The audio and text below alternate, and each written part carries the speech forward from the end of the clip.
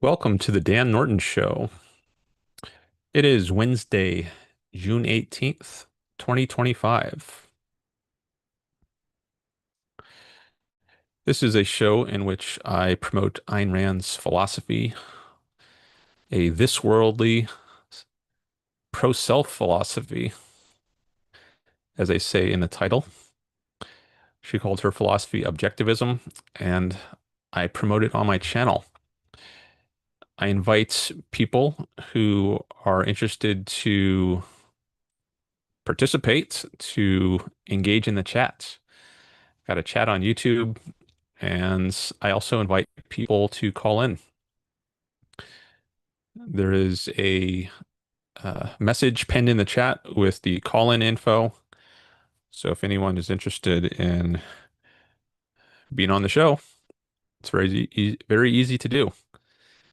Just read the instructions in the chat, which I've pinned, and I can take your call. All right, so last show, we talked a lot about the war in Israel, and that was the main topic. I don't know if that'll be the topic today. I count on my viewers and listeners to provide me with material. So you can bring the topics. If there's something in particular that you're interested in talking about, feel free to raise it in the chat. I welcome comments, questions, or just saying hello. So you all drive the topics. But until we get some engagement in the chats, I've got some other things I could talk about, but I want to give priority to whatever topics you all are interested in.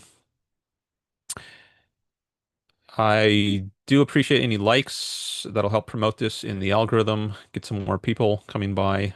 But also, even aside from that, I like seeing the likes.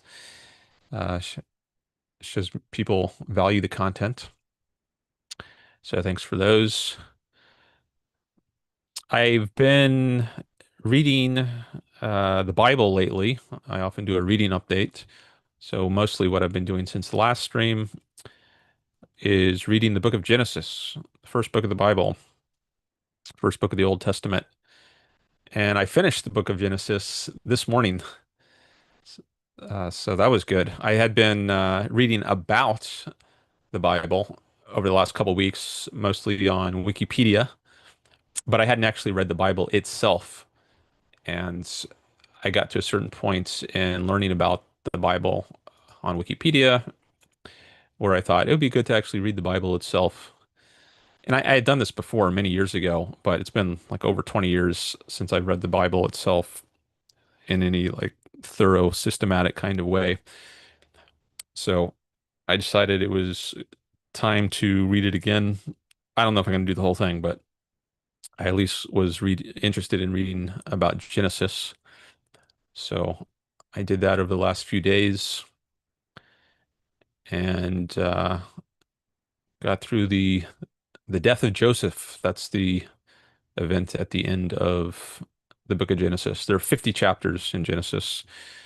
And so the first 11 or so go from creation up through Noah's flood and Tower of Babel. I think that's also, maybe that's in chapter 11. And then after that, the chapters 12 through 50 focus mostly on the stories of Abraham, Isaac, and Jacob, who are considered the patriarchs in a narrow sense of that term. So there's a broader sense of patriarch, which goes all the way back to Adam and goes through maybe Moses. I'm not sure if there's a certain place where it stops, but in a narrow sense of the term patriarch, that term refers to Abraham, Isaac, and Jacob. So I read their stories and then the story of Joseph, who's the son of Jacob. And that's where the book of Genesis ends with the death of Joseph. Then the next book is the book of Exodus, which maybe I will read next. So that's what I've been reading. I got to mute my stream here.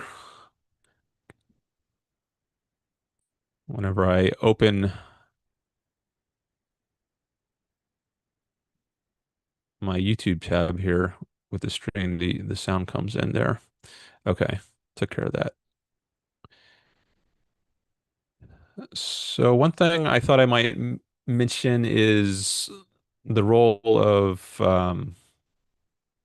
pride in the Bible.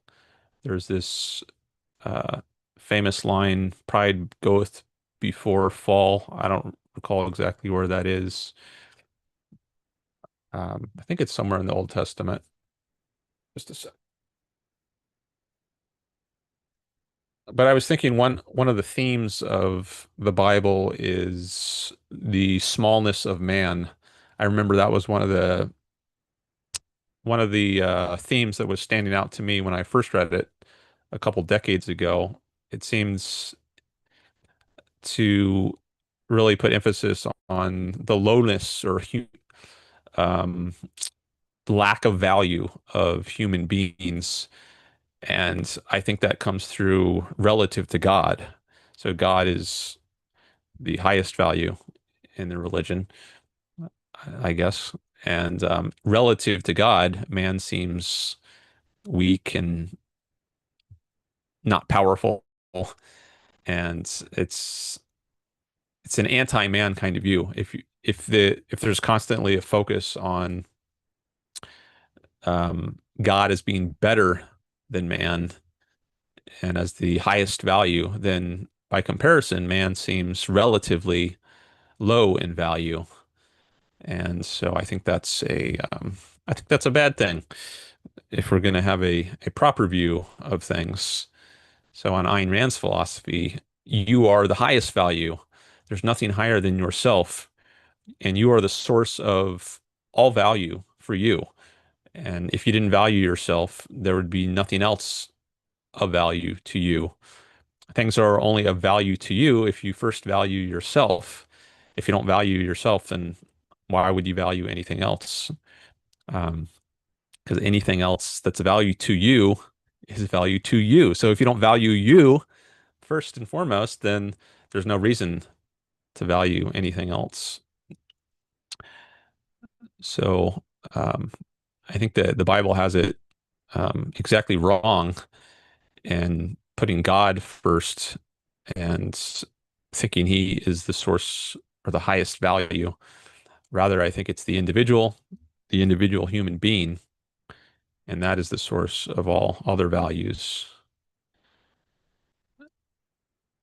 And I guess the issue of pride ties into that because if pride is striving to make yourself the best you can be, trying to make yourself the best person you can be, then I guess that's a different sort of mentality than the mentality that you see in the Bible, where the people humble themselves before God, and there's an emphasis on their lack of value in comparison to God. Um, so those were some thoughts I had about as I was reading the Bible. And let's see if I see my other notes here. So maybe I'll jump to another topic I had some thoughts about in the wake of a call from Kirk. Kirk called in a couple times. Some of you might have been here for that or heard it later. And we talked about man's life as the standard of value in one of the calls. I think that was our second call. And I had some more thoughts about that afterwards. He asked specifically how this principle is induced.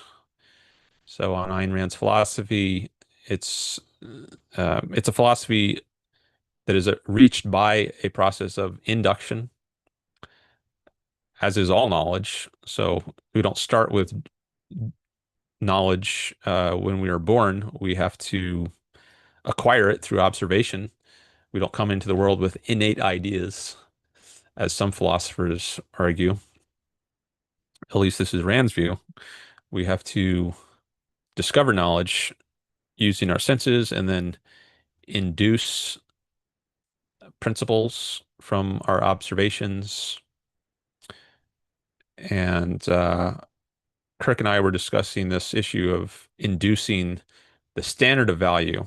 And, we had a discussion of what it means. What does it mean to hold life or man's life as the standard of value? And I think it's commonly thought that life just means brute physical existence.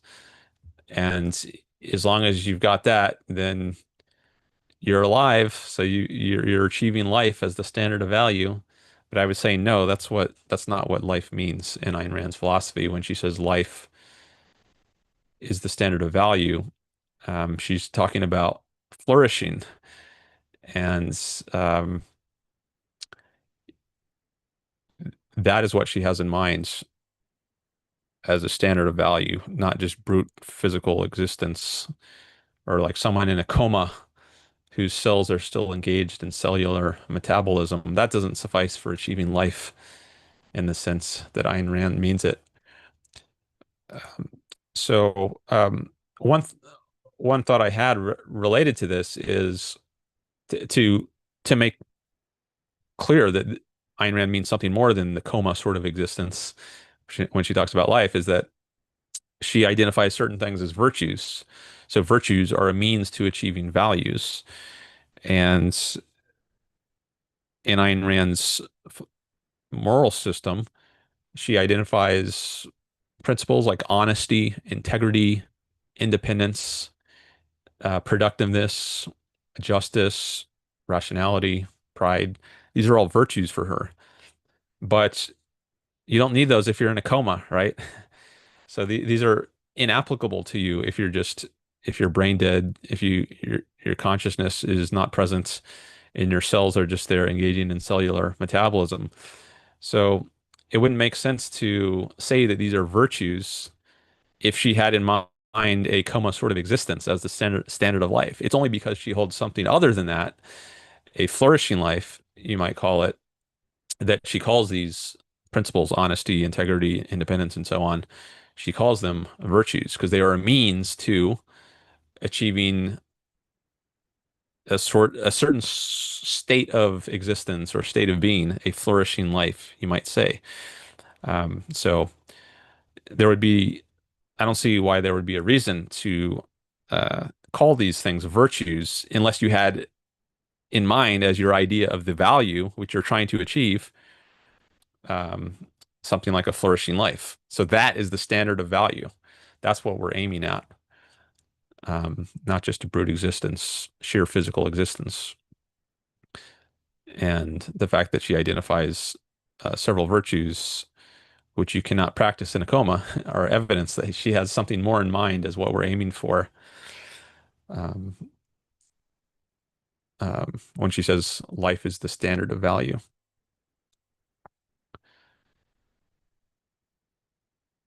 All right.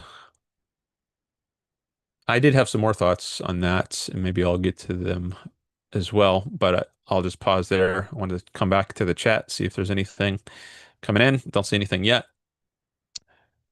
But do feel free. I invite people to participate in the chat, even just say hello. Um, Comments, questions are welcome. Uh, okay, so I guess I'll see if I can come up with some more thoughts on this issue of life as the standard of value, at least until I see some engagement in the chat. Uh, okay, so um, here's another piece of evidence. Well, maybe you can consider whether this is evidence that she had in more in mind than just sheer physical existence when she talked about life as the standard value. There's heroes in her novels, right? There's Howard Rourke, there's John Galt, Hank Rearden, Francisco d'Anconia, and these are characters that are presented as admirable, the sorts of beings that we should aspire to be like, Dagny Taggart. Um,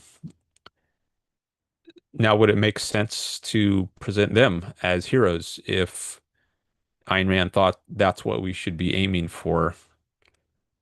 Um, why not just present somebody in a coma? Maybe if you're a Buddhist and your goal is to achieve a state of nirvana or non-being or non-consciousness or something like that, then maybe the hero for that sort of philosophy would be someone who's just a vegetable, brain dead, comatose. But if you hold something else as your standard of value, then like John Galt or Howard Roark, then that's a very different sort of life.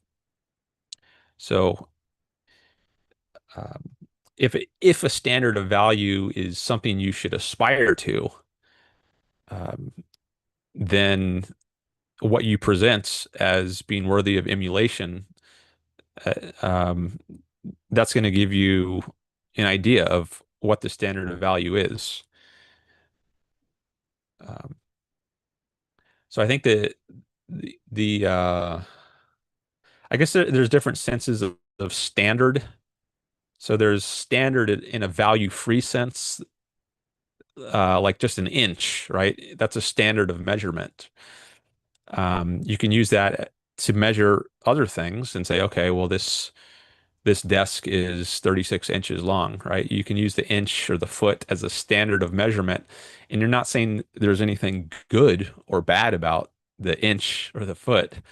You're just using it as a way of relating different things. There's some common units which you can use to measure different things. But I think in the case of life as the standard of value, well, it's a standard of value. It's not value free. It's not like the inch where we're just using it to measure different things. Um, it's you can use it as a way of measuring different things, but it's an evaluative kind of measurement. So when you say uh, a certain kind of life is a standard of value, man's life is the standard of value, that has evaluative or normative sort of implications, unlike the inch or the foot, when you're using that as a standard of measurement.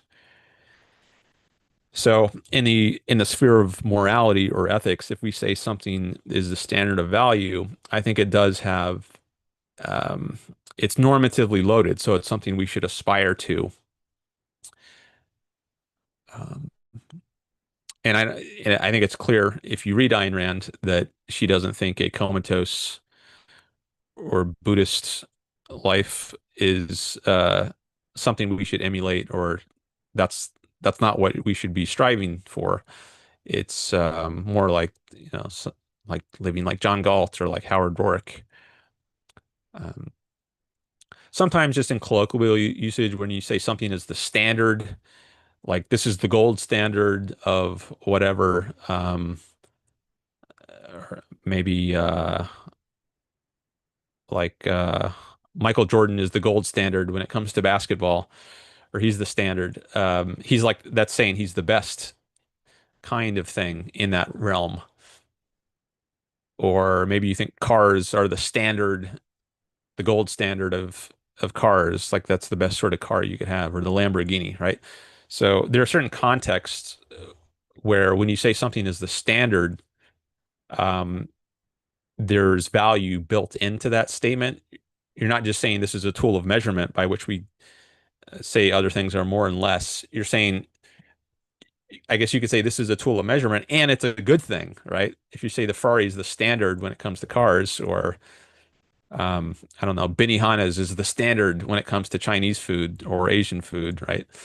That's like the standard when it comes to restaurants. I think often the way that's meant and is understood is this is an ideal um, sort of thing. Again, unlike the foot or the inch, you're not saying that's an ideal. Um, so the fact that we use standard in this kind of way, I think, is evidence that when Ayn Rand is talking about life as a standard of value, she is talking about an ideal sort of existence, something we should aspire to. And that's clearly, again, not just brute physical existence or a comatose sort of existence. Okay. So this idea about standard of value is something I was also thinking about recently. And so I just want to share some of those thoughts. And these are kind of rough thoughts, not polished thoughts. Um, but I'm by trying to articulate them, that helps me polish them. That's part of what I try to do here on this show, is develop my thoughts. Um, all right. Still don't see any chats from people. So I guess I'll just keep going, talking from my notes. If I have any more to talk from, I think I do have some more, but I do welcome people to participate. I guess maybe part of the reason we don't have participants yet is because I blocked some people. So the the person who was participating the most last time, CPG, I think, or at least he's the one that got the thing started on Israel. I actually ended up blocking him, not during the show, but later afterwards, because he submitted a comment. Uh, he submitted a comment which I thought was ridiculous, and just that combined with other things he had said during the live stream maybe decide, I don't think it's worth keeping him around. So I decided to block him. So I guess as the price of blocking some people, that means there might be less participation. But on the other hand, on the good side, it clears the way for having better chatters um, without without clutter. Now, I definitely welcome disagreement. I mean, I'm here to debate and discuss, as I say in the title. Uh, so, but it needs to be civil, and it needs to be within a certain level of reasonableness. If you say ridiculous things, um, and they're just obviously wrong, then it's going to seem dishonest and not really a good use of time to engage with that. So, all right, I see we got some chats from Robert. Uh, Hi, Robert. Nasir, welcome. He says, "What does an objectivist look like? I've seen all kinds. The common denominator, they are simultaneously very passionate and very serious about values. They regard their time, energy, and resources as sacred." Okay. Maybe that integrates with what I was just saying about using my time wisely in dealing with people and blocking people when they are not a good use of my time or other people's time too. I don't want to waste other people's time in chat. I don't want other people to spend their time reading things that are very low quality or just misinformation or smears. I try to increase the level of quality here by screening chatters. Um, so, um, yeah, what does an objectivist look like? And then, so he says the common denominator is they are simultaneously very passionate and very serious about values. That reminds me of a line from Fact and Value, that article by Leonard Peikoff. He says the badge of the objectivist is the valuer, something like that. And that sounds like what you're saying here. Um, so it's not just someone who holds certain set of beliefs or believes facts to be a certain way.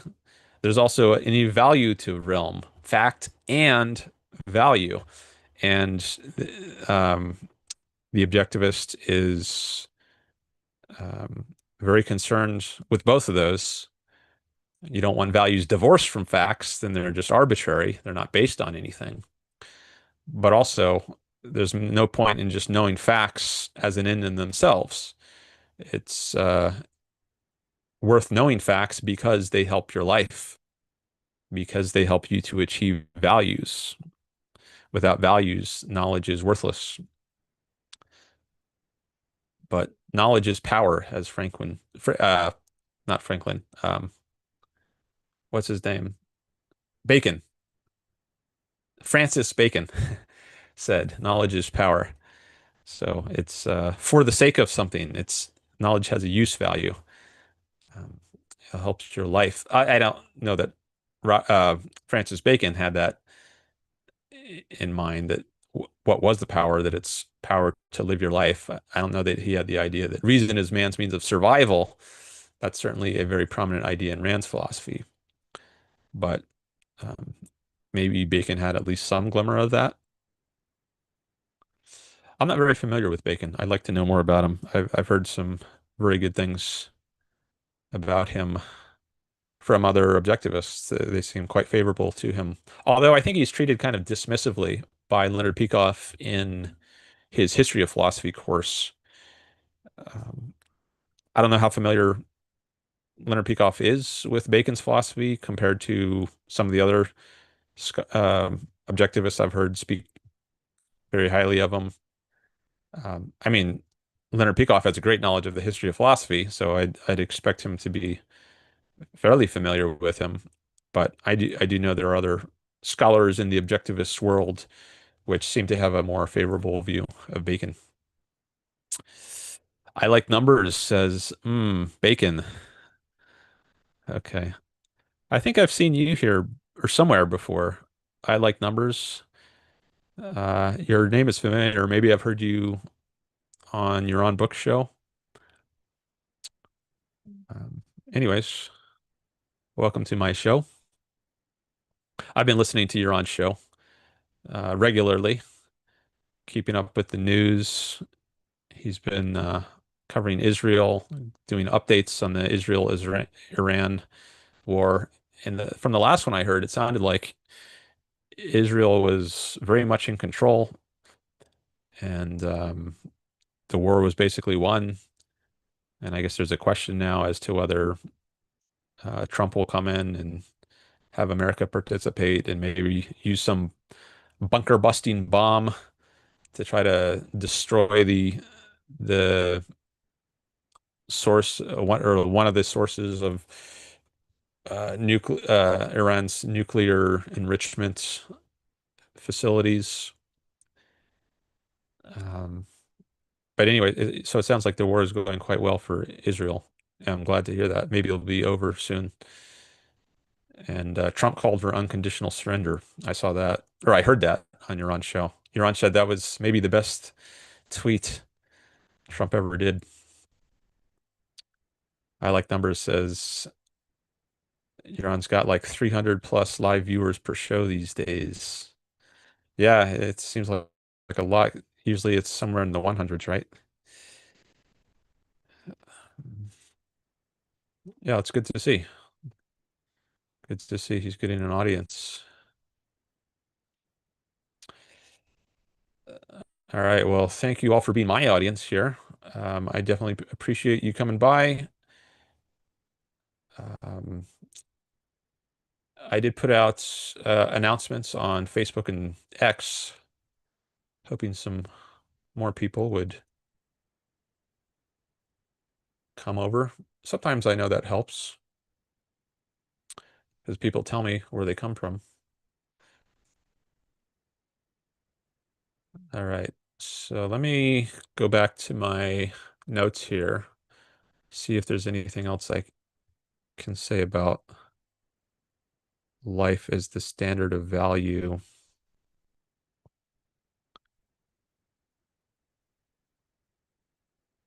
Okay. I was thinking one way you can induce this, or I guess the fundamental way you get this idea is from your own experience, although role models can be helpful. So I mentioned before these heroes in Ayn Rand's books, like John Galt, Howard Rourke, or uh, Hercules. You might think of that as a hero for the Greeks. Achilles, Odysseus. Um, these are people who you might look up to in different periods in history, have looked up to different characters. But I don't think you need heroes like that to get an idea of life as the standard of value. It can be helpful, but I doubt it's necessary. Primarily, you get it from your own experience in life. So even if you're alone on a desert island, you could get some idea of what a good life is, what kind of life you should aim at, aspire to. And I think this is based ultimately on your experience of pleasure. I've talked about this before. I think that's where we get our idea of the concept of good. Uh, it's from our experience of pleasure, and the idea or a concept of bad is from the experience of pain. And if you're living in a certain way on an island by yourself, you're going to feel better than if you live in some other way. So, for example, if you are productive and you build yourself some shelter to keep the hot sun off of you or to keep the rain off of you, you're going to feel better than if you don't build shelter. And if you hunt for food, whether it's spearing fish or trying to throw sticks at birds or rocks at birds, you're going to feel better than if you don't hunt for food, if you just pray for food, right? Because that's not going to work. So you're going to get the idea that certain kinds of actions enable you to achieve more enjoyment. You're going to be very miserable being hungry, right? If you don't have any food. But if you take actions that get you food, then you're going to learn those actions are good for you.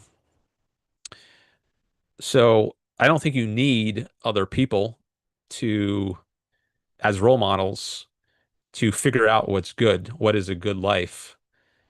Um, and that's going to be a life that correlates with pleasure and enjoyment and happiness. You will figure out by yourself what brings you pleasure and enjoyment and happiness. Um, but again, I don't want to deny that there's a role for role models, heroes in literature or movies or otherwise. Um, but I think if we're just considering our primary contact with reality, um, the most important thing is what we have as our own experience. And that's how we get the idea of good and bad and the kind of life that is good to live versus one that's not good to live.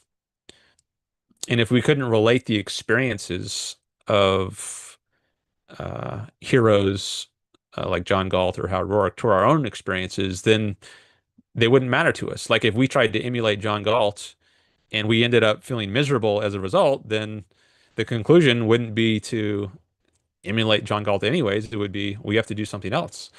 But if we find that by emulating John Galt, it does make our own experience of the world, our own pleasure, enjoyment, and happiness, if that does help with those ex feelings, uh, then then we conclude, yeah, it is worth emulating. But primarily, it's our own experience of the world.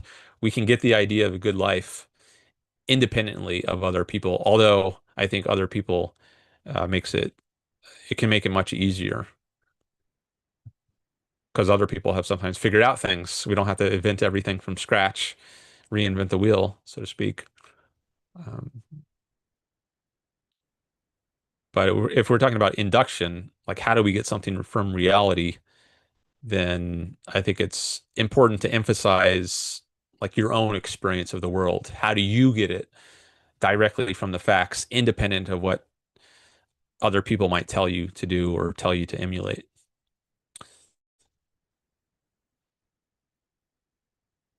All right. See, we got some more comments from I like numbers. He says, are there standards for accepting that AI has achieved sentience at some time in the future? Or Is it the objectivist position that it's definitionally impossible for non-human sentience? Rand talked about how an indestructible machine couldn't be moral, but how about a destructible machine? Okay, so let me first look at the AI one again. So to be sentient, I think something first needs to be alive. I think of sentience as synonymous with consciousness, just or awareness. Sometimes these terms are used in different senses, but that's how I think of it. And I think the purpose, consciousness has a purpose, or awareness that has a purpose. It has a survival purpose. It helps us to survive. So if you take away something's consciousness, a living thing's consciousness, it will die. Like if you gouge out the eyes uh, of a organism that has them, a dog, a human, a mouse, right? It'll make its survival much harder. And if you take away its hearing, another kind of awareness, it'll be even more hard. If you take away its consciousness entirely, I think survival will be impossible. Except maybe as a vegetable, right? But then you're not living the sort of life. Um, you're not living a good life for sure if you're not a vegetable. If you're born as a dog and then you lose all your sense organs, then you're not going to be living as a dog. You'll be living as a vegetable, and that's not a good life for you if you're a dog. Um, Now, AI is not something that applies to a living organism. So um, I don't think it could be sentience that is conscious or have a awareness if it weren't alive. Um, it wouldn't know what to do with its consciousness if there was nothing at stake for it. Um, if there was no pleasure or pain to be gained or avoided, respectively, what would it care? Um, how would it know what to say or think? Um, it's think in quotes, right? It's artificial. It's not really thinking. It's not really intelligent. So it's important to remember the A before the I. Um, but if something is not if something doesn't have any value at stake, then like I was saying before with the knowledge is power. It's for life. It's to make our own life go better, and there would be no point in achieving knowledge um, if there was nothing to be gained by acquiring knowledge. And I don't think there's anything AI has to gain or a computer has to gain. Um, so what would be the point of acquiring knowledge? I mean, it can be very helpful for humans, and I think that's why humans use it, right? It's because humans are living organisms and they have values and goals, and AI helps them achieve their goals. But AI itself doesn't have any goals. It's not a living being. It's not pursuing anything.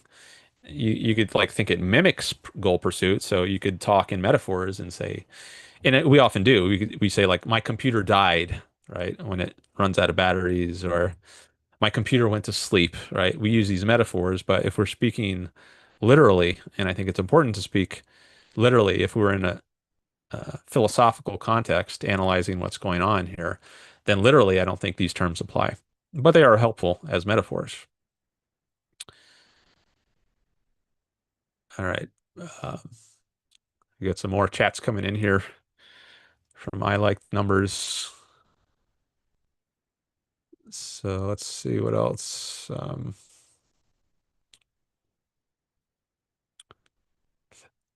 Well, the second part of that first one, he says, is it the objectivist position that it's definitionally impossible for non-human sentience? Um, well, there is non-human sentience. I mean, animals, they're not humans, but they're sentient.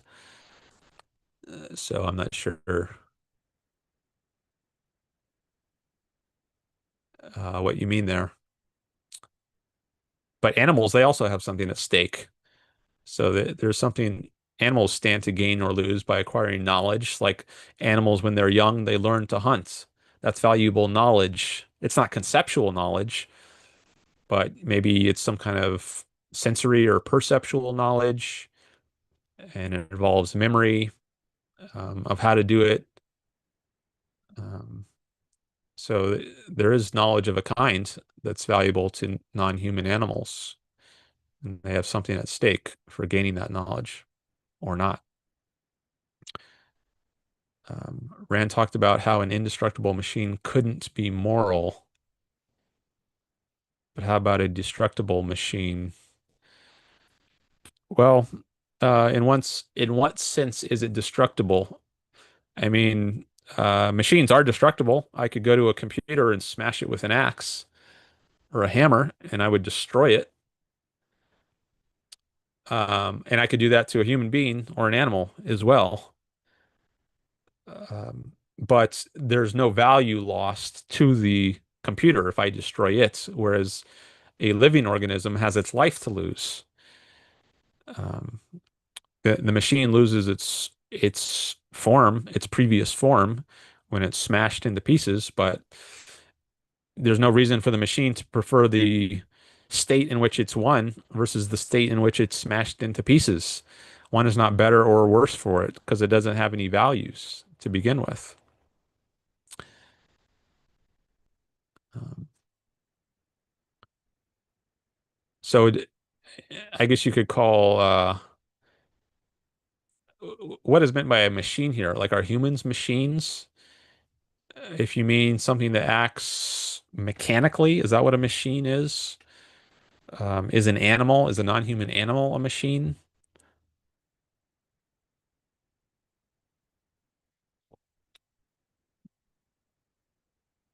I guess depending on how you define machine, it could or could not be moral. Um, but if it is moral, I think it's got to be alive at least.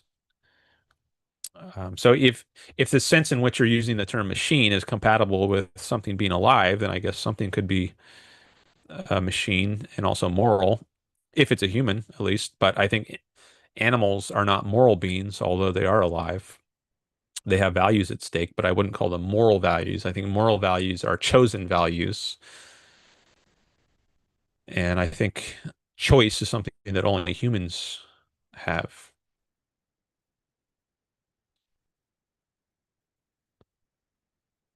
I like numbers, says it would set its own goals. A machine would set its own goals. Okay, well, first of all, what do you mean by machine? Do you mean to be talking about computers or what? Robots? I don't think they have goals. They have goals that are set for them, but from their own perspective, they're not pursuing goals or anything. They're just unconscious, uh, obeying the laws of physics, obeying the laws of electricity that are operating in their circuits.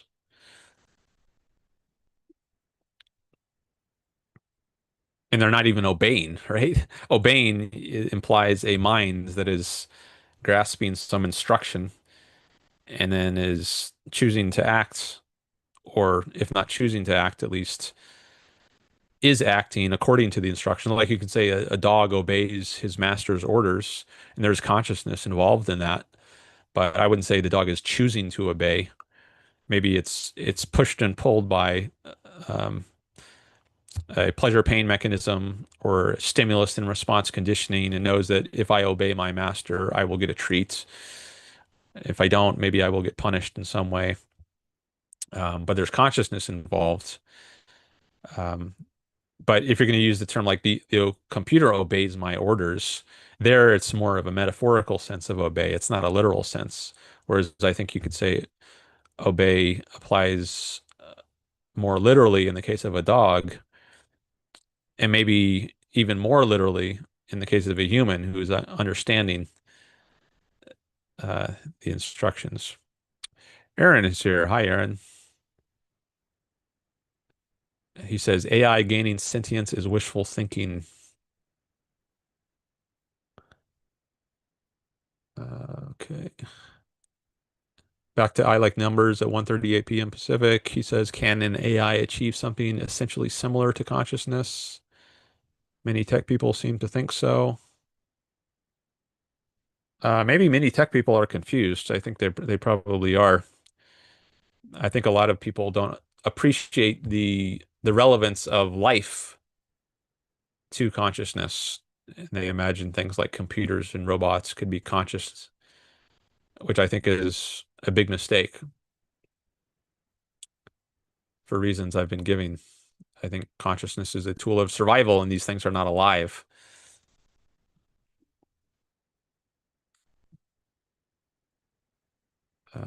They had a recent simulation where the AI threatened an employee with pre-staged blackmail to avoid being deactivated.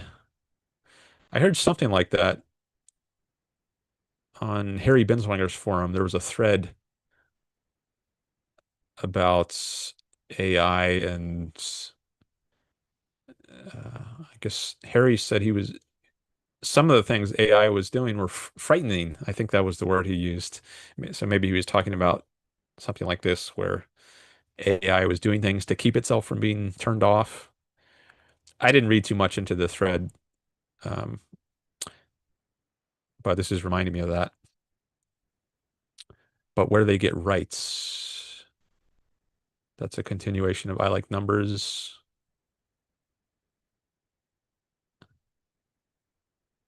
AI gets rights. Okay, then we get some from Robert, a bunch from Robert. I'm curious if you have any insights regarding the rift between objectivists and determinists. Specifically this, the determinist sees we're made of the same matter and energy as everything else, and everything else acts mechanistically with only one possible effect, following a given cause. The objectivist answers that our nature is such that we generate our own effects by choice. The determinist asks, how does the stuff we're made of, matter and energy, which acts mechanistically and therefore deterministically, come to have this new feature? The objectivist goes on to say, well, that's yet to be explained. But here's the validation that choice exists. Here's its locus in the choice to focus. And here's why it's irrefutable. But the meat and potatoes, and why the answers are unsatisfying and the debate never ends, is in that unanswered bit. How does the matter and energy of which we're made eventually give rise to this new emergent property that appears to contradict everything we know about causality? Answer that, and you've solved one of the great problems. Incidentally, the determinist has the inverse problem to answer. If everything about you is determined, how can you claim to have independently validated your conclusion that we are deterministic entities? Deterministic entities. To do so would be to commit the fallacy of self-exclusion. And then he says, HBL, Harry Binswanger's list, is a powerful resource. Good stuff. Well worth folks looking into. Yeah, I agree. Okay, so there is a how question, and then there's a whether question. Like, how do we have free will is one question, and then whether we have free will is a separate question. And looks like Robert is drawing attention to that distinction, and he is saying because we don't have an answer to the how question, that causes people to not be satisfied with the answer to the whether question. Like they're not comfortable saying that we have free will until we know how it is that we have free will. And as to that distinction, I don't think that should be an obstacle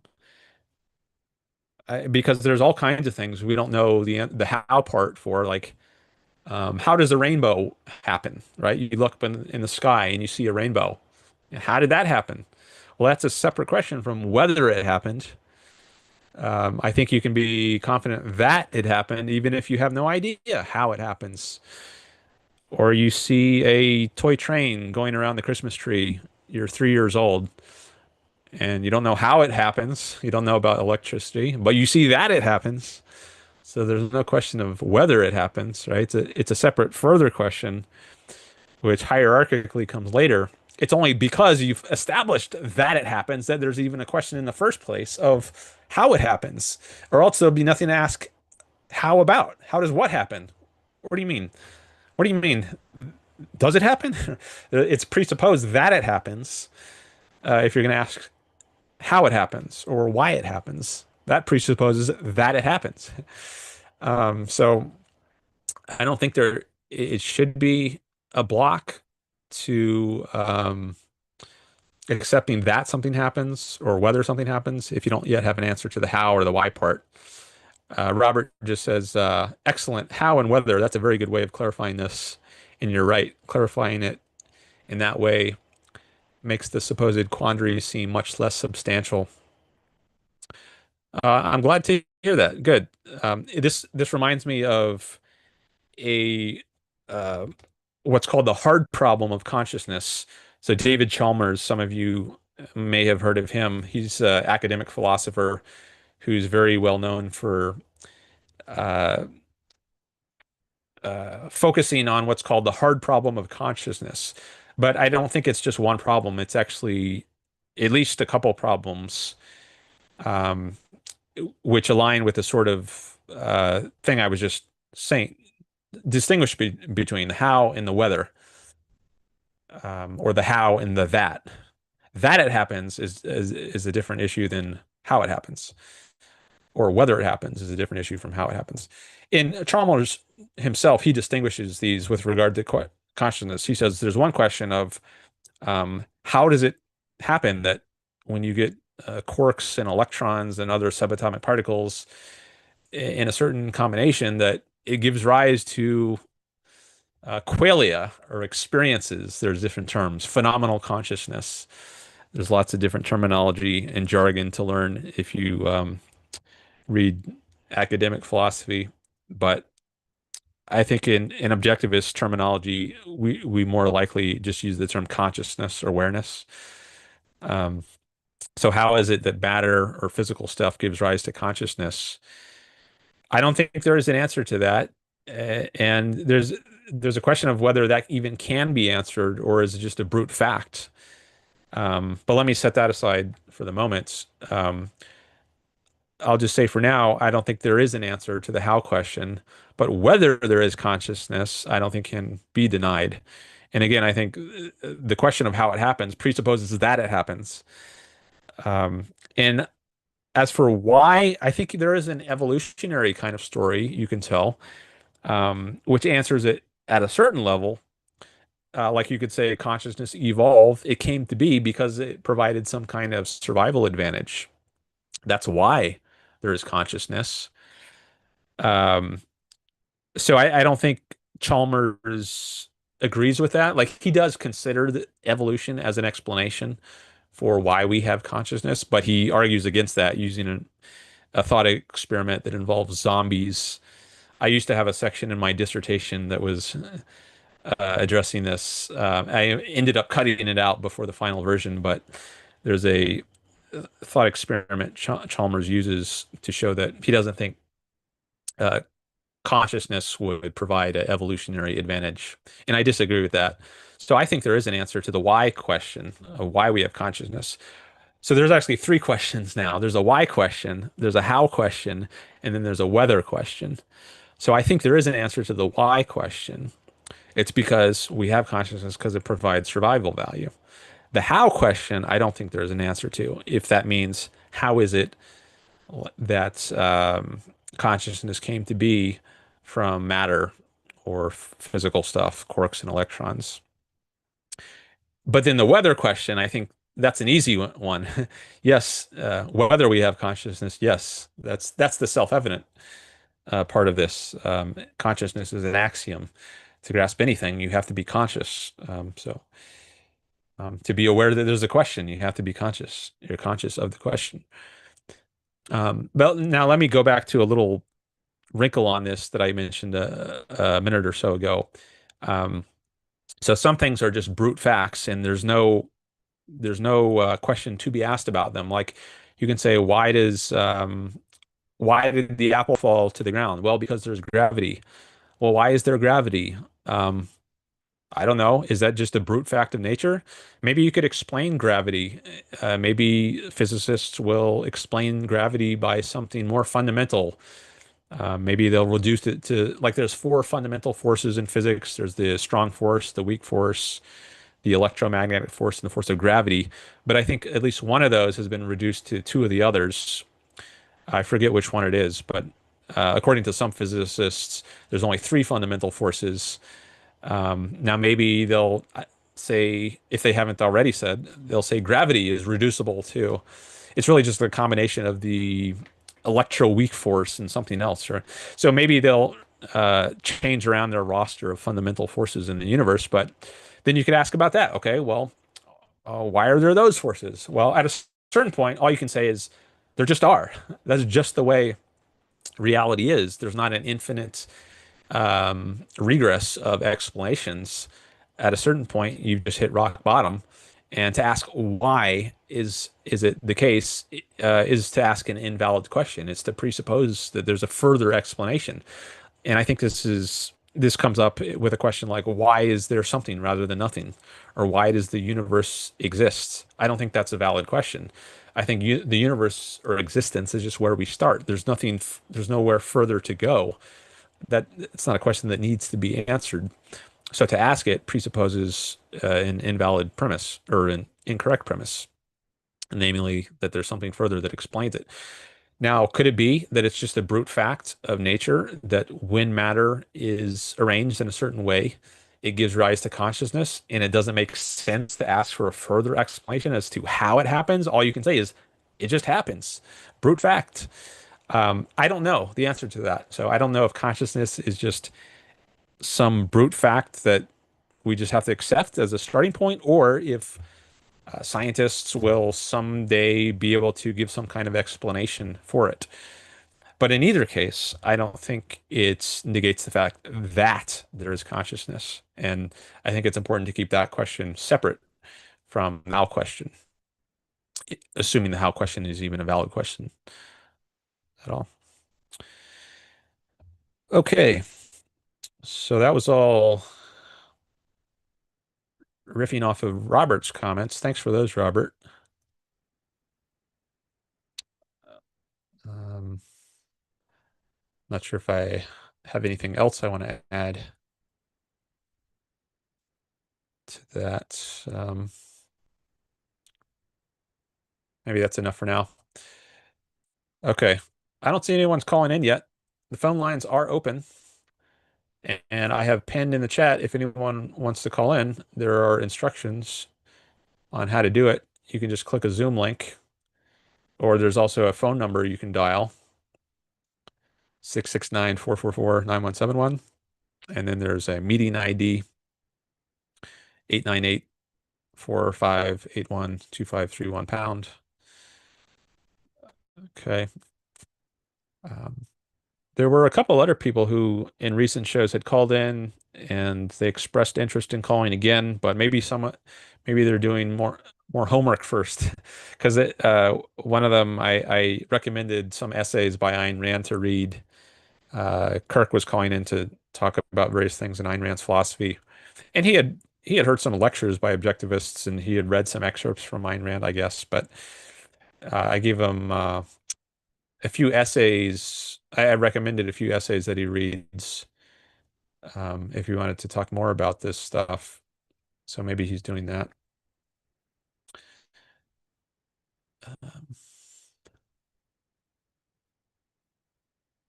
all right. So We got 6 people watching now. It says, anyone else want to pop in the chat, say hello? Otherwise, you can just be anonymous here. In either case, thanks for being here. Um, and thanks for any likes. Definitely appreciate likes on the stream, any shares and subscribes as well.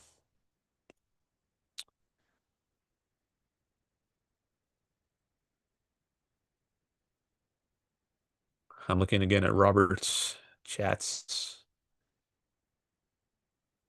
Um,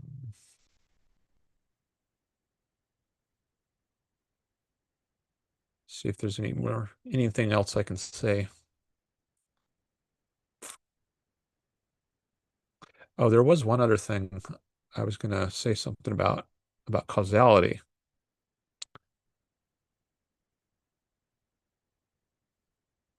Where was that? Yeah, he says at 1:45 Pacific, how does the matter and energy of which we're made eventually give rise to this new emergent property that appears to contradict everything we know about causality? But it doesn't contradict everything we know about causality because one of the sources of our knowledge of causality, indeed our primary source, is ourselves. So first we have knowledge of ourselves and we observe, we act in a volitional way, not in a mechanistic sort of way. And in fact, we project our own mode of causation onto the rest of the world. When we're babies or primitive people who haven't learned modern science, I think many primitive animistic religions, uh, the things that do act deterministically in nature are thought to not act deterministically because people are familiar from their own case that they act volitionally. And then they say, oh, well, when it rains, it's not because there's just these mechanistic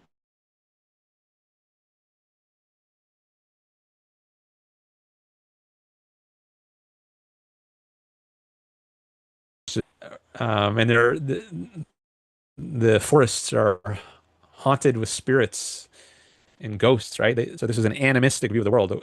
Anima is the Latin term for soul.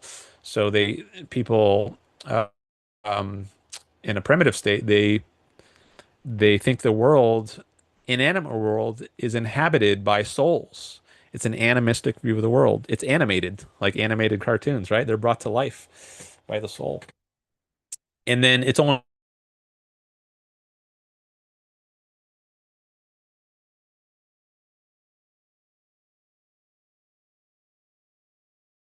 later modes of causation. Volition is not the only one. There's also something else um, that is non-volitional.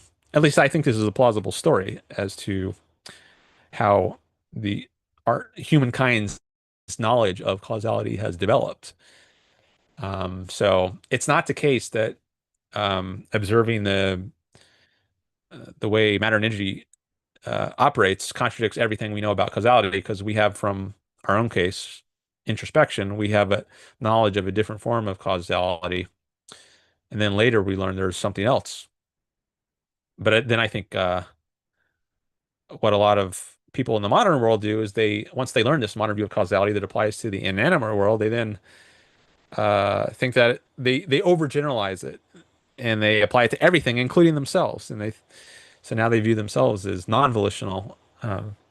But I think both are a mistake. It's both a mistake to think everything is volitional, like the animistic religions thought, and it's also a mistake to think that everything is non-volitional or deterministic. Rather, there's different modes of causation. Different things act in different ways. Some things act volitionally, some things do not.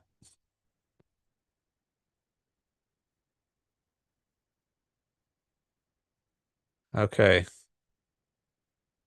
looks like the my chat disconnected for a bit, but then it got reconnected. Hopefully, no one's chats got lost in the ether, in the non-volitional ether. Um,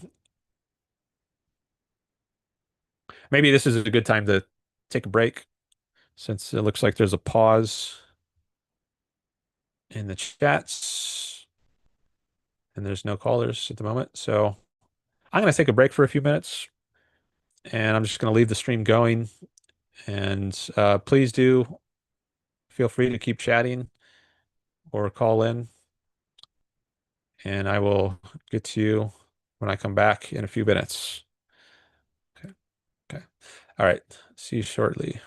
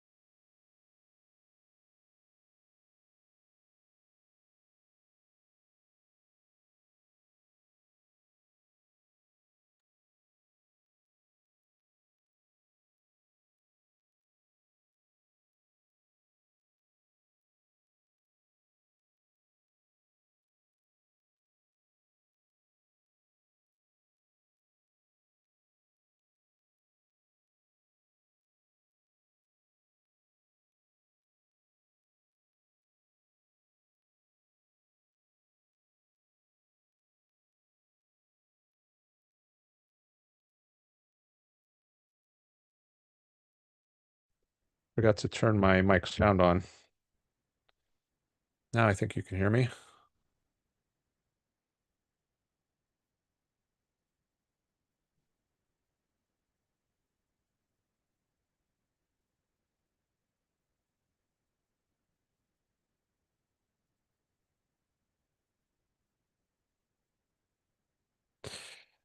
Hi, Wade.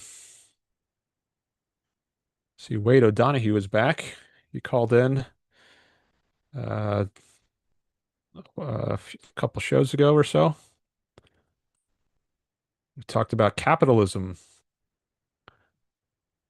And he's asking a question to Robert.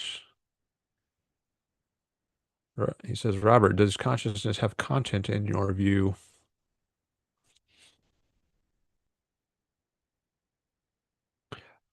It has content in my view.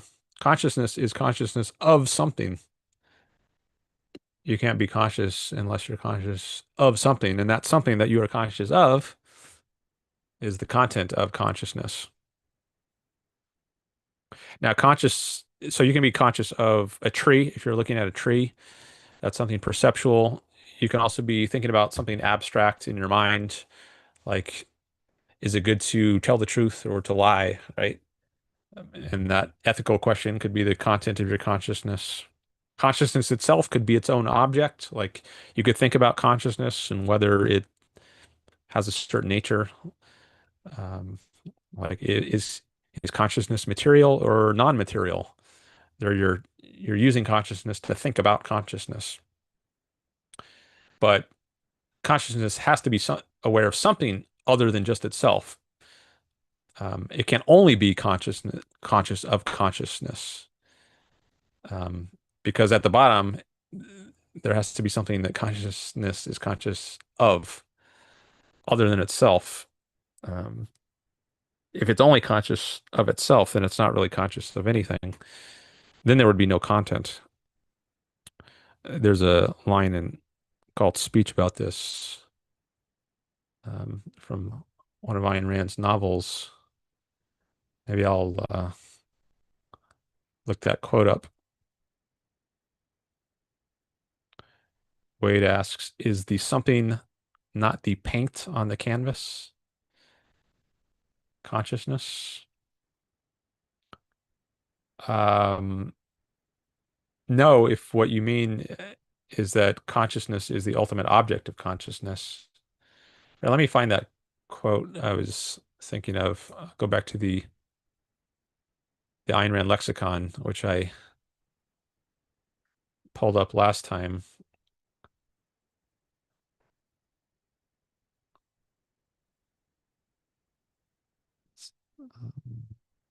Okay, I just found the entry for consciousness.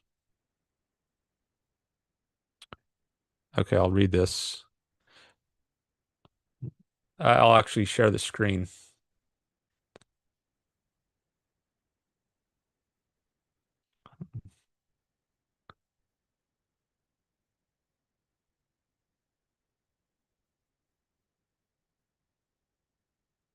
Okay.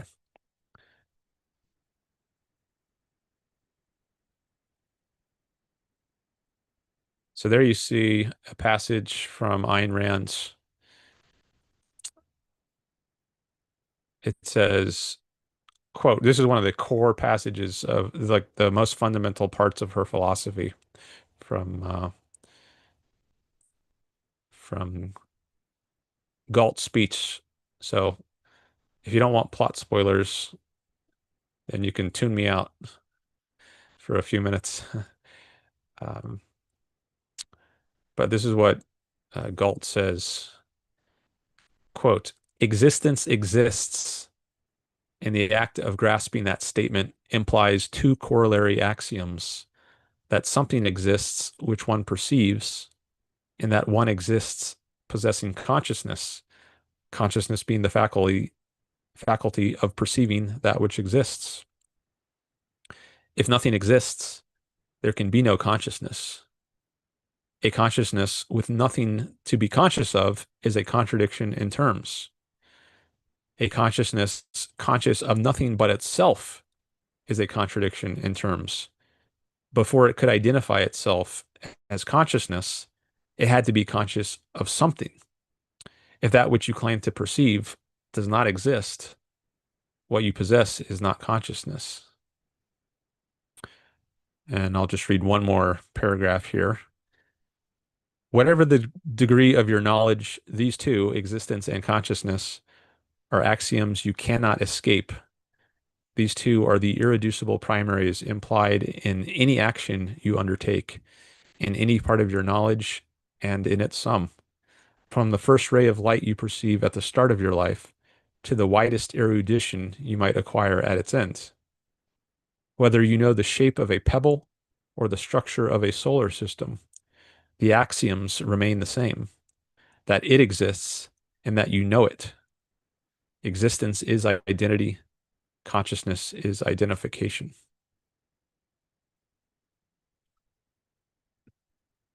Okay.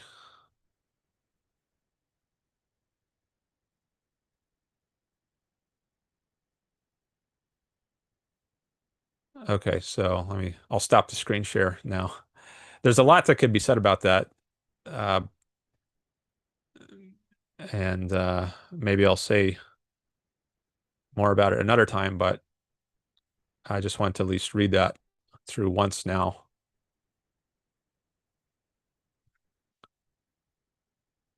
Okay, looking back at the chat because I see Papa, another person has come in. He says, did you end up looking at the article of Israeli war crimes, or do you only listen to Yaron Brook? Which article are you talking about? I don't know what article you're talking about. Have you been here before, Papa? I don't know.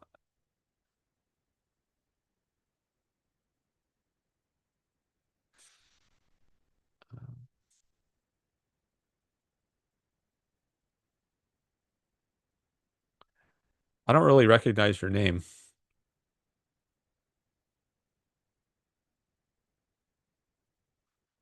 But no, I don't only listen to Yaron Brook,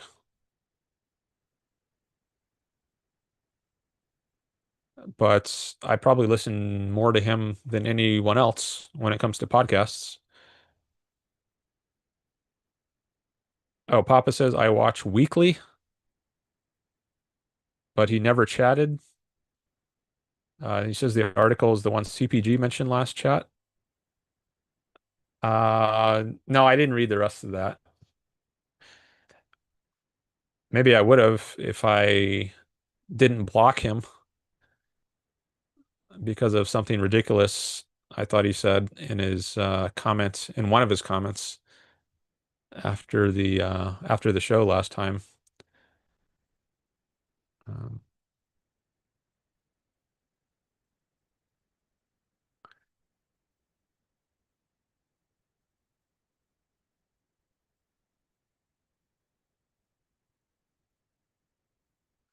he said,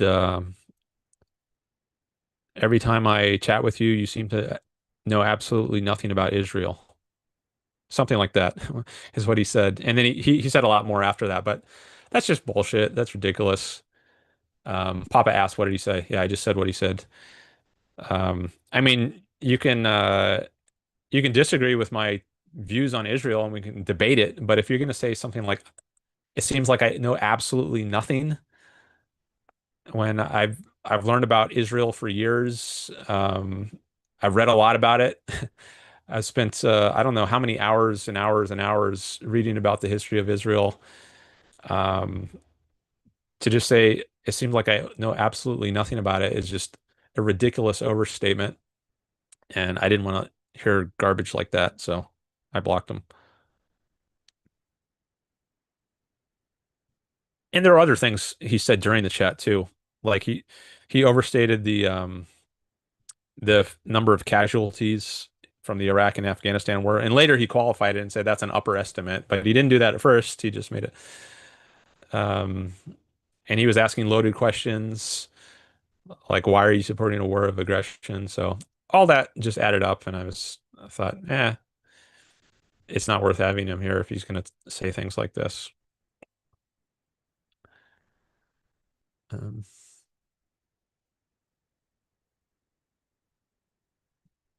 so I guess you'll have to maybe you think Israel has committed war crimes, so you can tell me if you think that's the case, and then maybe we can discuss it some.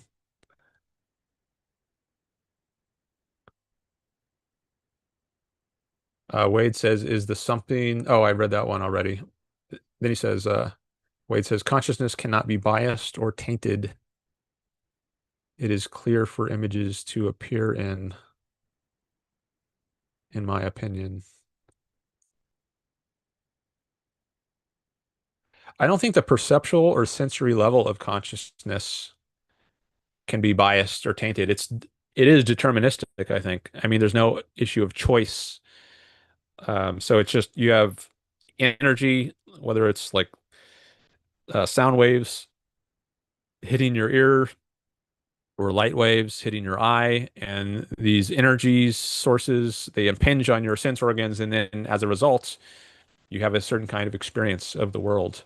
There's no issue of choice, like choosing to see things or hear things a certain way. Um, I mean, you can choose to like cover your eyes or plug your ears with your fingers, but aside from choices you make about how to use your sense organs, just the organs themselves, they don't have any power of choice. So I don't think there can be such a thing as a biased or tainted sensation or perception. Your perceptions or sensations just are what they are. It's only when you get to the level of concepts, the distinctively human level, that I think something like bias can come in.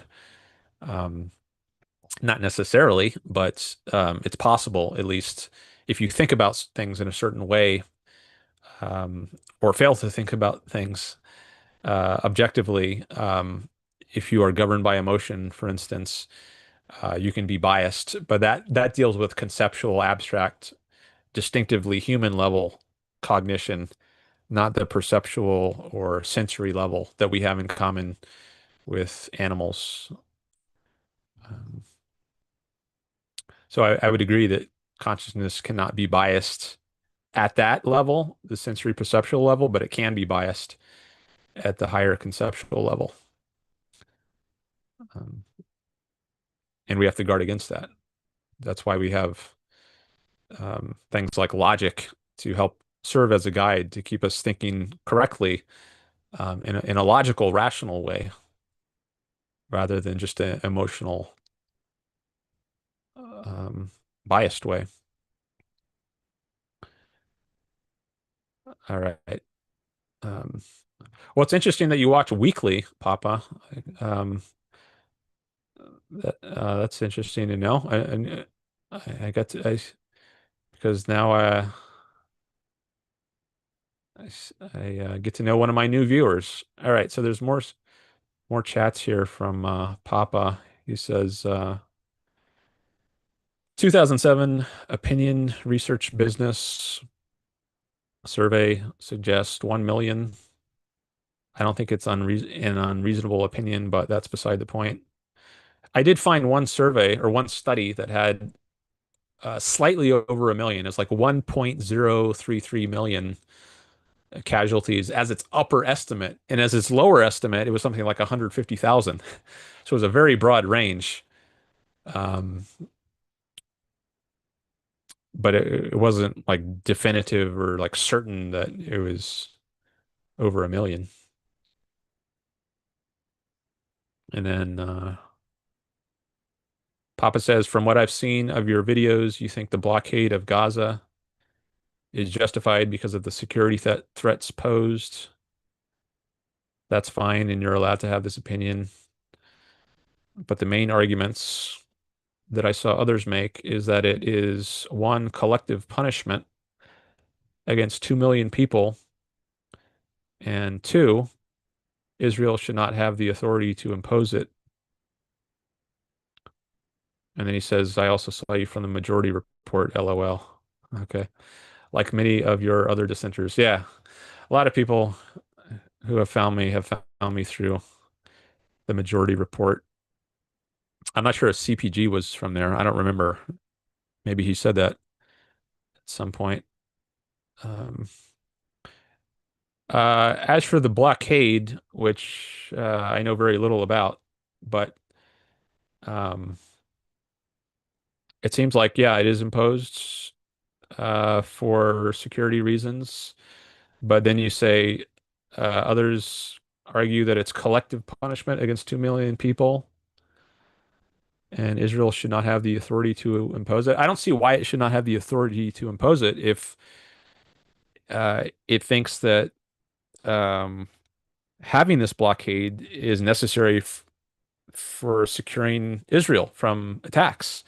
So if there are weapons coming in, like from Iran, and you want to stop those weapons from coming in so they can't shoot missiles at you, for instance, from Gaza, then why wouldn't it be within Israel's authority to impose the blockade? Wouldn't that just be an act of self-defense?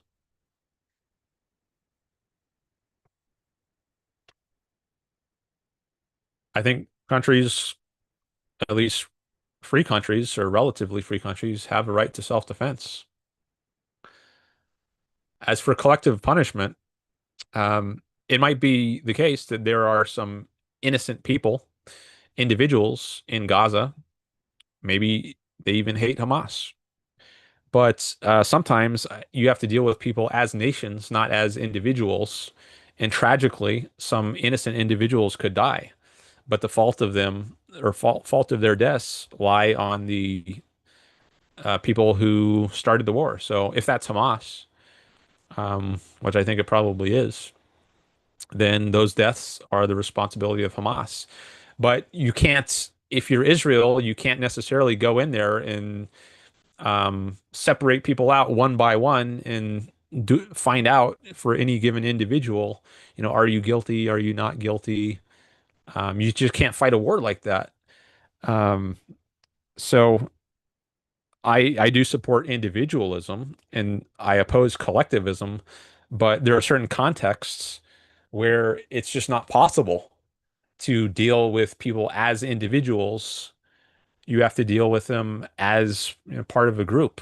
So if your nation is fighting another nation, then um, you're part of a group, and you you're going to bear some of the consequences of the government that you live under. So I think that's one that's a reason that it's important to get involved in politics because whether you like it or not, um, the the state you live under is going to be treated as a group, as a state. So, if the United States engages in a war of aggression against Mexico or Canada or some other country, and then Mexican government or the Canadian government, in the name of self-defense, attacks America, I can't blame them, right? I'm not going to say, "Oh, this is collective punishment." I wasn't one who wanted this aggression against you. I understand that maybe for Mexico or Canada to defend itself, it's going to have to shoot a missile at military installations or something in the United States, and maybe that's going to have some civilian casualties to it. But they need to do that to defend themselves, and I understand that, and I think people should understand that. Um, it's not that Israel wants innocent people to die. They're taking measures to prevent that, right? They're telling people to evacuate certain areas. They're giving warnings um, because they're going to bomb. They, but uh, uh, innocent people are used as shields. Hamas is using them as human shields. So if you're going to walk on eggshells, then you can't really fight a successful war. And maybe Israel is even being too cautious to its own detriment, and some of its own soldiers or people have died because they've been too careful. So that's the cost they have to bear. So what do you say about the individuals on the Israel side, right? Like if you're an Israeli soldier or civilian and you get killed because your army is being too tepid in destroying the enemy, then well, is that now unfair to you?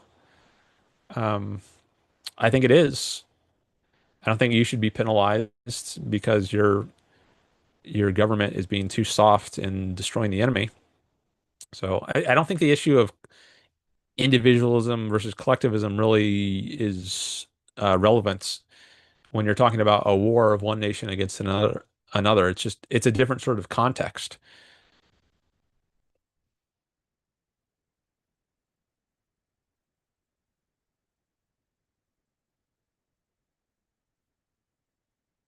Or I mean, if there is a sense in which you're defeating a collective, I think it's a context where it's appropriate.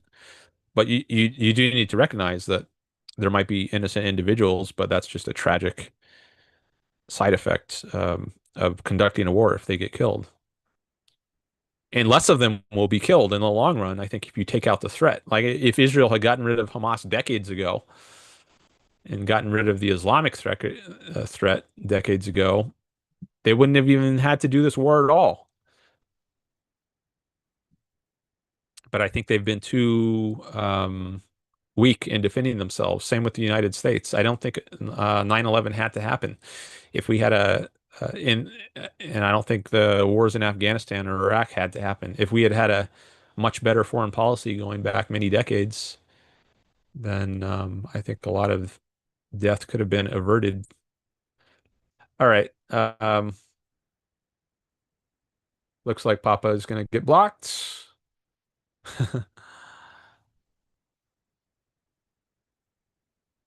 Just had a call come in. All right, let me just so he's resorting to insults and incivility and rudeness. So I think a lot of times people do that when they run out of arguments and they can't uh, they can't calmly argue an issue, and then they just resort to insults. That's so if that's what's going on here, then that's too bad. It's weak.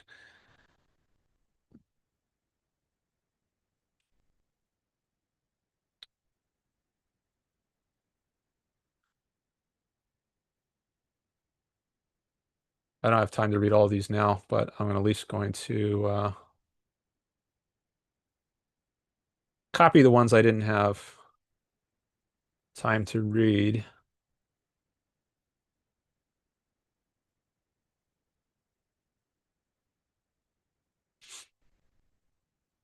Actually, you know what? There's not that much else in the chat going on from other people to keep up with, so I'll just read them right now, just silently, because sometimes I don't think people deserve to have their comments read aloud. Then I'll go back to Wade's comments.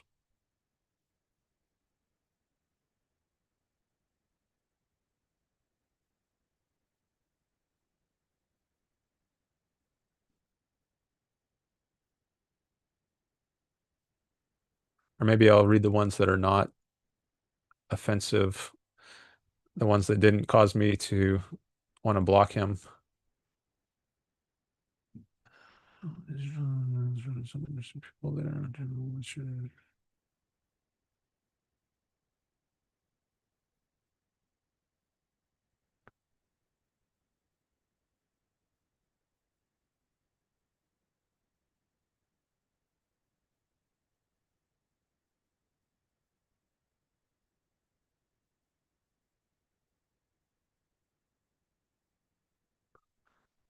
So lame. So lame, Papa. Pathetic.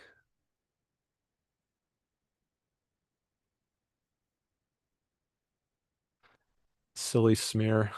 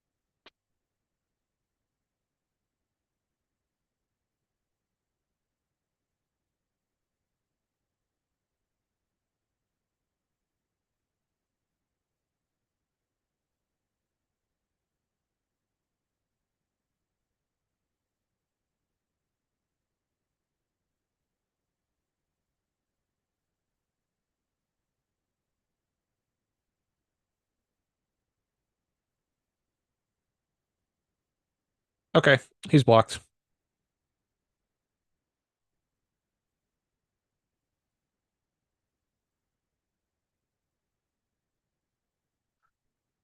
All right.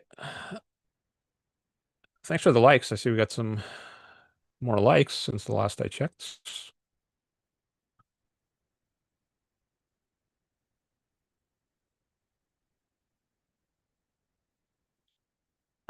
So now we just have a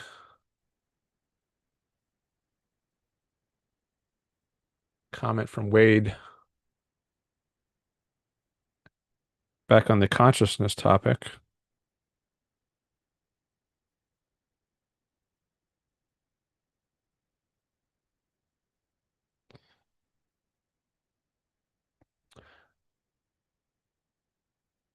He says, fair answer. The thought may be biased, not consciousness itself.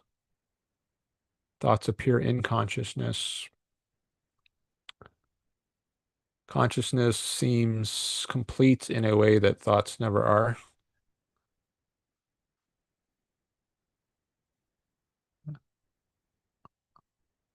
Um, so I wasn't saying, oh yeah, yeah, thought may be biased, not consciousness itself, unless it's a conceptual level kind of consciousness. So Ayn Rand distinguishes different levels or types of consciousness. So the most basic or primitive level is the level of sensation, which maybe certain organisms have, like worms. Um, Rather, like they might just feel warmth or coldness, but they don't have a awareness of a world of objects, like a world of things, objects, rocks, um, people, dogs, cars. Uh, a very simple organism, like or a jellyfish, maybe is a type of organism that just has sensations as opposed to an awareness of a world of objects. I mean, unless you're one of these things, you might not know for sure, but we can at least imagine that very simple organisms have very simple modes of awareness, which maybe are just sensations. Like maybe they have a nervous system, they can experience something. But then as you get a more developed nervous system and a brain, as opposed to just maybe like a single neuron or a few neurons, maybe once you get a brain, you can process the inputs from your environment more, and you have more sophisticated sense organs, eyes and ears, for instance, not just sense receptors on particular cells. Then you can experience a world of entities. That's a perceptual level as opposed to the sensory level. And dogs, cats, horses, right? They have these kinds of sense organs. But then the distinctively human level goes beyond that. So we can identify similarities and differences between the things in our environments. So I see a bunch of trees. I see a poplar tree and a maple tree and a dogwood tree, and they all seem similar as compared to like a piece of grass, um, or a shrub, very something very low to the ground, or a flower, right? So I come up with this concept tree, um, and that refers to a certain type of thing in my perceptual field. And the animals, that's where you start to lose them, right? That's where you start to go beyond animals, when you get to the what's called the conceptual level, this awareness of similarities and differences between things in your perceptual field, that allows you to form concepts, which you use words to label. So we use the word tree, or other languages will use a different word for it, arbor. I don't know, maybe that's Latin for tree. But anyways, you come up with some physical symbol like this word, either a physical sound and or a visual symbol like the letters you can see on a page, to spell the word tree. But you come up with some physical symbol that stands for this mental integration, this new awareness you have of things in the world from a certain perspective. So trees, you view them from the perspective of being similar to these other sorts of things, other trees, and different from other things like flowers or grass or a shrub. Um, and that's where the level, that's what you can call the level of thought, to go back to Wade's comments. And that's the level where you can be biased. Now, at the very uh, beginning level, when you're just forming individual concepts, maybe that's too early for bias to creep in. Like if you're just forming concepts like tree, man, dog, cat. But then once you start to um, form these into larger units of thought, when you put the thoughts together, there is a dog under the tree and he is barking.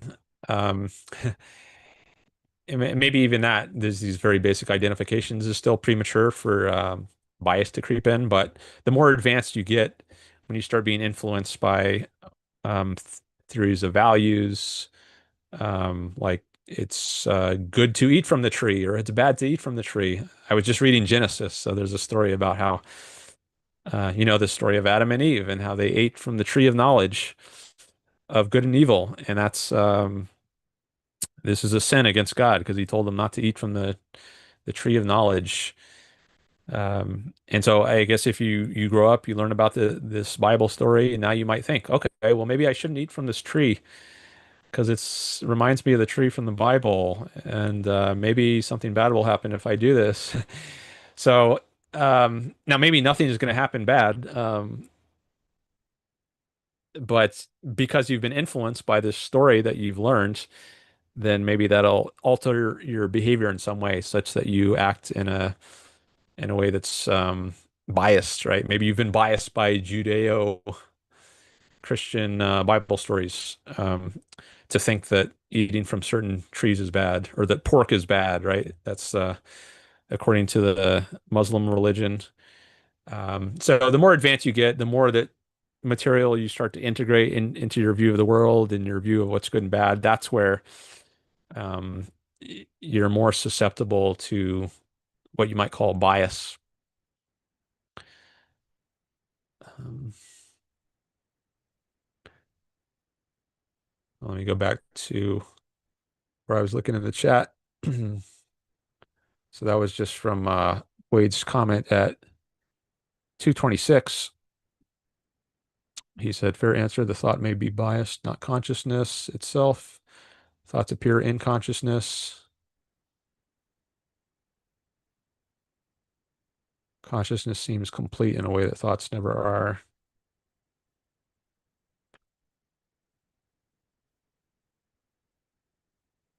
And then his last comment. Oh, it looks like I missed one from, oh, maybe I just had to scroll earlier for that. 218. Oh, yeah, there it is. Okay. So let me go to his last two. He says, all that you described are layers of experience. Consciousness at the base is clear of content in itself. Maybe I'm missing something. Knowing your own evil has been the walk of humanity from cardinal to civil. Not sure what that means, cardinal to civil. But yes, there are layers of experience, you could call it, the sensory layer, the perceptual layer, the conceptual layer. But you can have them all simultaneously if you're a human who has all three of those. And consciousness refers to all of that. So it's a broad term. There's sensory consciousness, perceptual consciousness, conceptual consciousness. So you say consciousness at the base is clear of content in itself. I wouldn't say it's clear of content. I mean, there is content. I just don't think it's content that could be biased when you're talking about the sensory level or the perceptual level.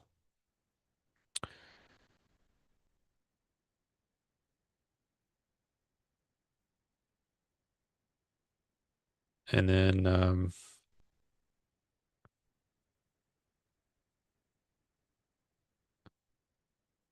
Wade says, knowing your own evil has been the walk of humanity. I don't think being evil is inherent in being human. I think it's a choice. It's up to you to choose how to act, and you can choose to act in a way that's evil or a way that's good. But on the Christian or Judeo-Christian view, you are stained with sin. There's original sin. I guess you somehow inherit the sin of your ancestors who ate from the tree of knowledge. I don't know if there are other sins you inherit, but I think on a correct view, you're just kind of born neutral and you make yourself good or evil depending on how you act, depending on whether you use your minds rationally to know the world or you evade, like I think sometimes people do, including in this chat. Sometimes people that I block, I think they evade and distort facts um, in order to help them uh, believe some false narrative.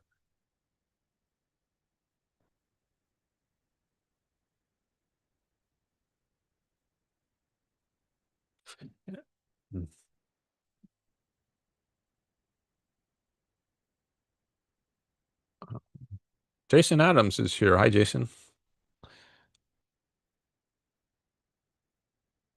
He says, I think we would have a hierarchy of values, but I'm just joining now, so no idea.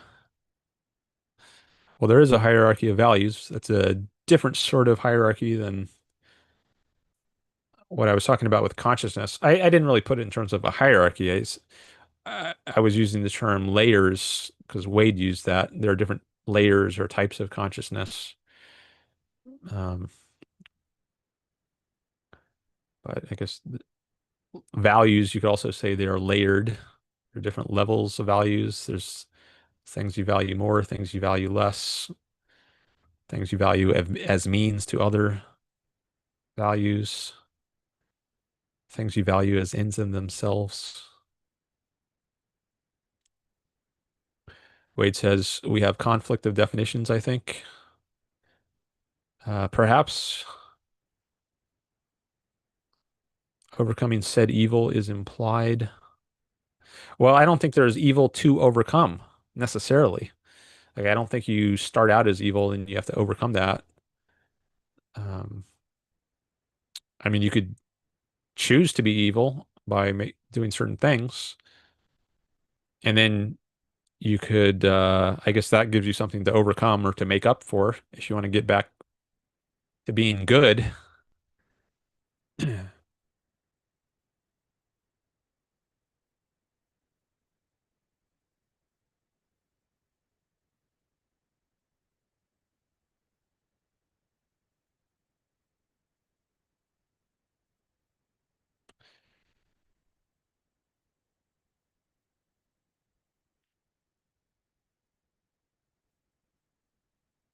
Oh, Simon, hi. Simon Grassi just came in. He says, you can choose to be evil by rejecting and evading the facts of reality. Yeah. Yeah, that's the root choice to evade or to focus or to drift. I guess that's another option, but maybe that's more of a temporary option. But Ayn Rand puts it as the choice to focus is our fundamental choice to engage our mind or not.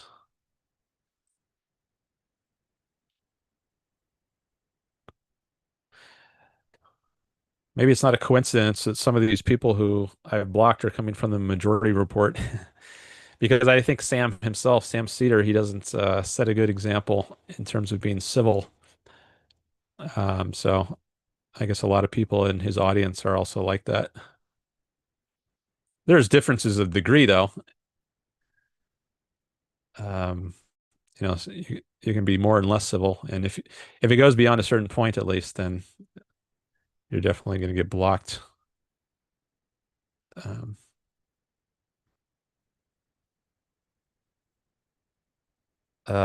Wade says, listen to Slipknot before I forget.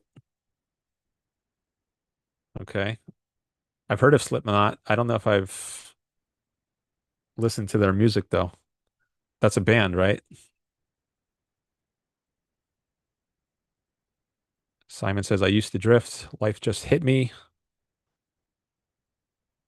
That line hit me so hard. I guess you mean the line about from Ayn Rand about your fundamental choice is to focus or not. That might be a good line to find in the lexicon. Let me go back to that. Free will. That's another term for focus. Okay. Yeah, let me read. Let me share this screen again.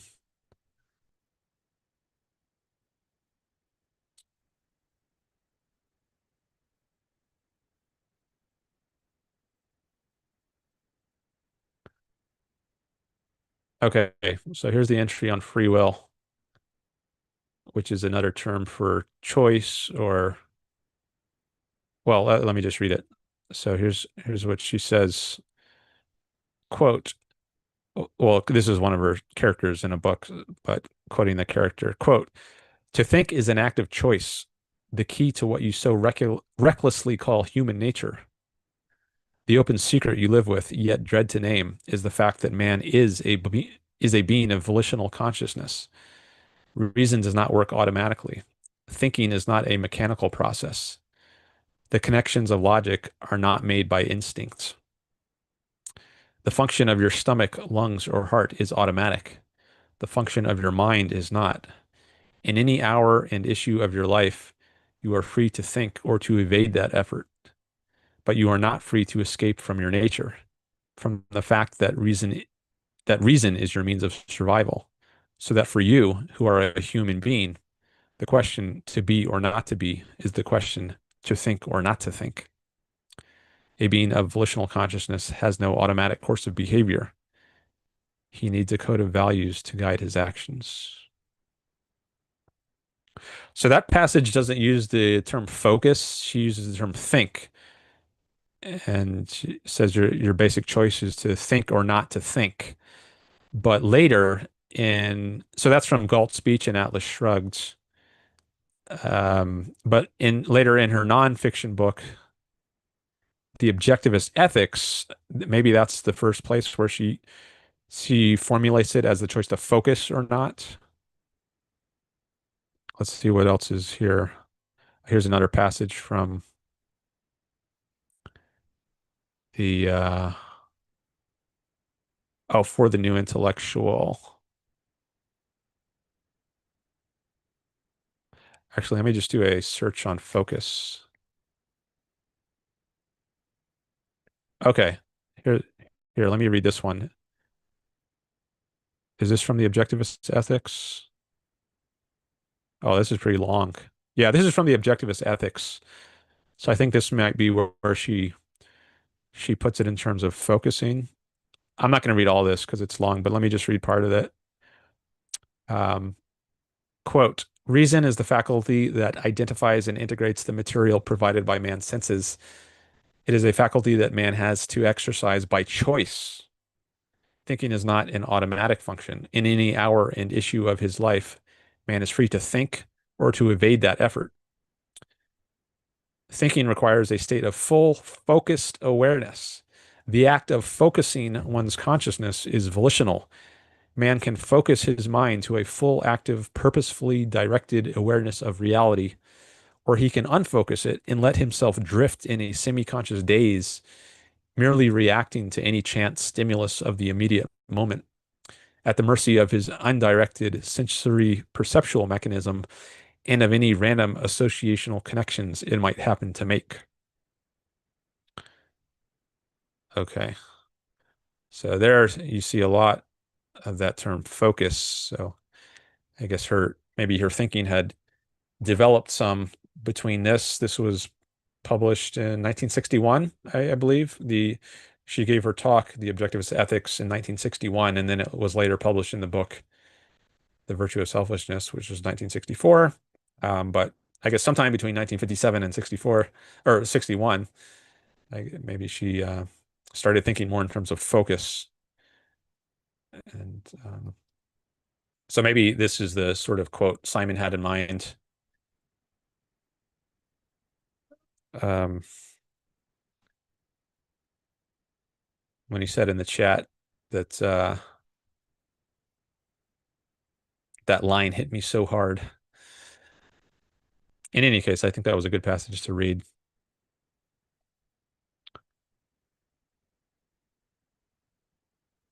Um, Wade says JIP, JIP. What is that?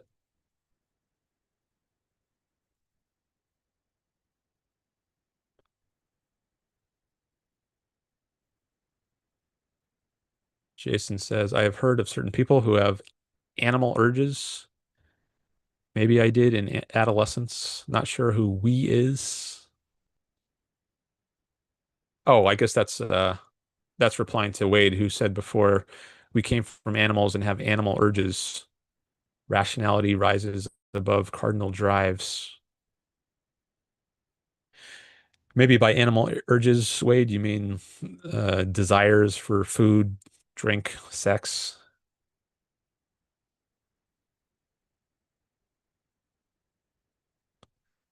which I think are healthy desires to have.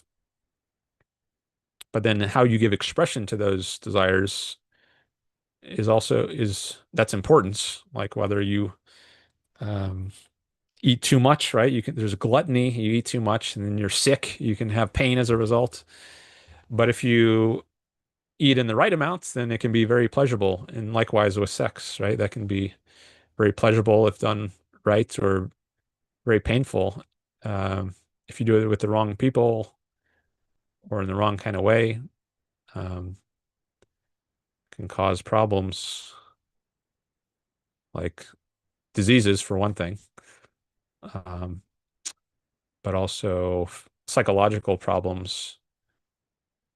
Um, I guess if you do it with someone who's evil or not worthy of you, it can cause guilt, self-loathing. But if it's done with the right person, it can be an exalting experience and reinforce self-esteem rather than undermine self-esteem.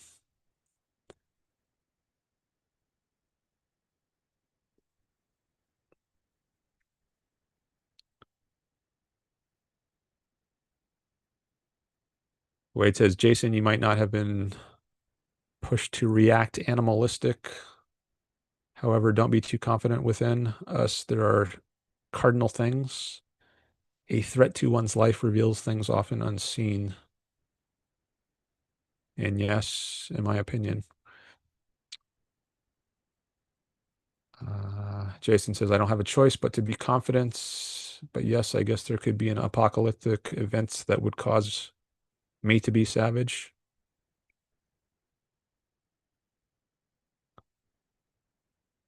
Simon says the fountainhead is where it really puts into perspective on how this manifests, where you have characters like Keating. You mean how this choice to about how you use your mind, whether to focus or not, or think or not, how that manifests? Uh, and then Simon says, I remember after I finished the fountainhead for the first time, I was so blown away. I felt like I got slapped in the face. They are very powerful novels. I think they have very stylized characters um, who embody some fundamental differences of choices in how to go about life. So they really bring into focus uh, certain issues, maybe like the issue of what focus is and its role in life, and thinking and its role in life. The theme of Atlas Shrugged is the role of reason in man's life. and as corollary, an ethical code, a rational self-interest.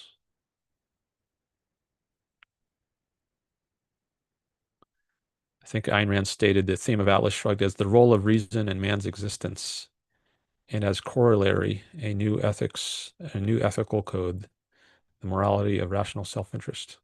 Something like that, I think is how she put it.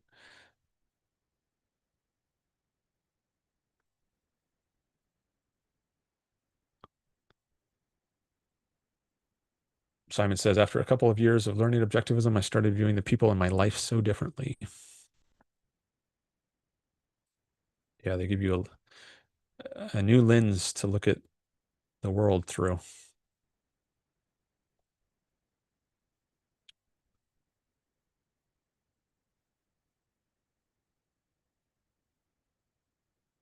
All right, well, it's been a couple hours,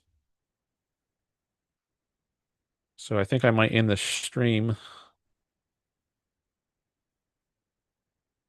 Um,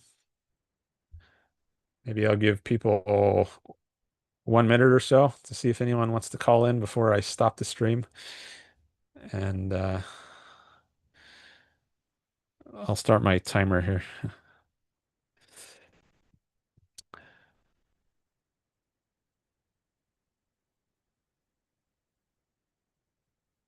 Then Simon says he corrected himself after a couple of years of studying objectivism, not learning objectivism.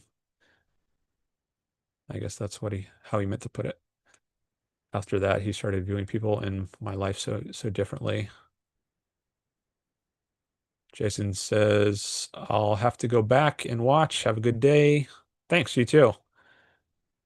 Wade says, thanks for the chat, Dan. See you next time. Thanks, Wade. Appreciate it. See you next time. And Simon says, maybe I'll call in next time. All right. Sounds good. My next stream I plan to do on Saturday at my usual time, 1 p.m. Pacific. So you're definitely welcome to call, and maybe we'll chat then. All right. Thanks everyone for coming by, and appreciate any likes if you liked it, any shares, any subscribes, and I will see you next time. Okay. Bye, everyone.